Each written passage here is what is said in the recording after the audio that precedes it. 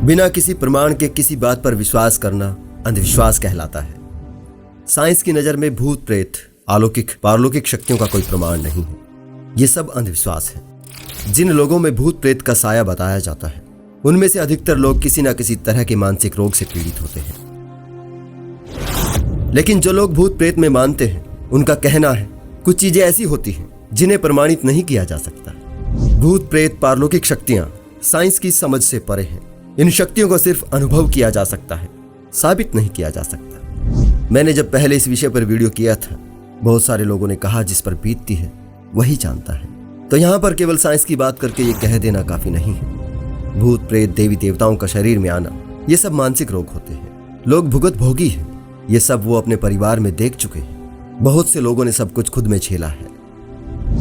दोस्तों, आज का वीडियो उन लोगों को भी जागरूकता की ओर लेकर जाएगा जिनके पास इस तरह के बिल्कुल जीवंत अनुभव है। और इस वीडियो के अंत में आप तर्कशील लोगों से एक मुहिम की अपील रहेगी, जिसके लिए मुझे पूरी उम्मीद है आप उसमें भागीदार होंगे। तो एक बार फिर से बने रहे मेरे साथ इस वीडियो के अंत तक।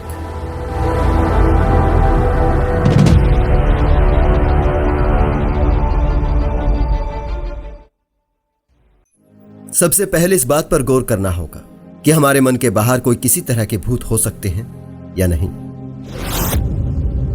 भूत प्रेत होने का कारण जो बताया जाता है कि कोई आदमी या औरत अगर वक्त से पहले मर जाए तो वो भूत प्रेत बनकर परेशान करता है।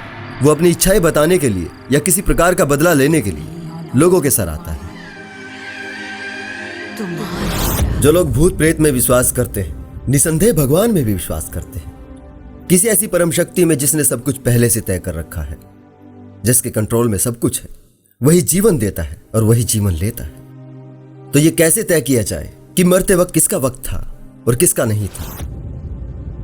अगर किसी की उम्र किसी परम शक्ति ने पहले से तय कर रखी है तो वक्त से पहले मरना क्या होता है? यह तो कोई ऐसी शक्ति नहीं है, या फिर सब कुछ उसके कंट्रोल में नहीं है।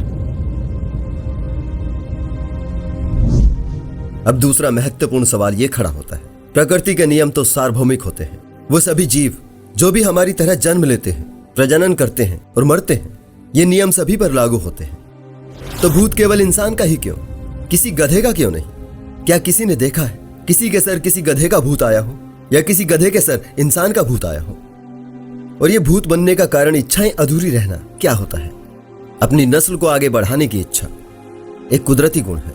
ये इच्छा हर जीव में होती है। कसाई जब ढेरों बकरे, मुर्गे, मुर्गियों को वक्त से पहले भोजन बना देता है तो उनका भूत उन व्यक्तियों को परेशान क्यों नहीं करता जिन्होंने उन्हें खाया है? अगर भूत प्रेत बनने का कारण इच्छाएं अधूरी रह जाना है तो ऐसा इस धरती पर कोई भी प्राणी नहीं है जिसकी इच्छाएं पूरी हो गई हो। अगर यह धारणा सच होती तो इस धरती पर इंसान और हर जीव से ज्यादा भूत ही होते। प्रकृति किसी के लिए अपने सिद्धांत नहीं बदलती।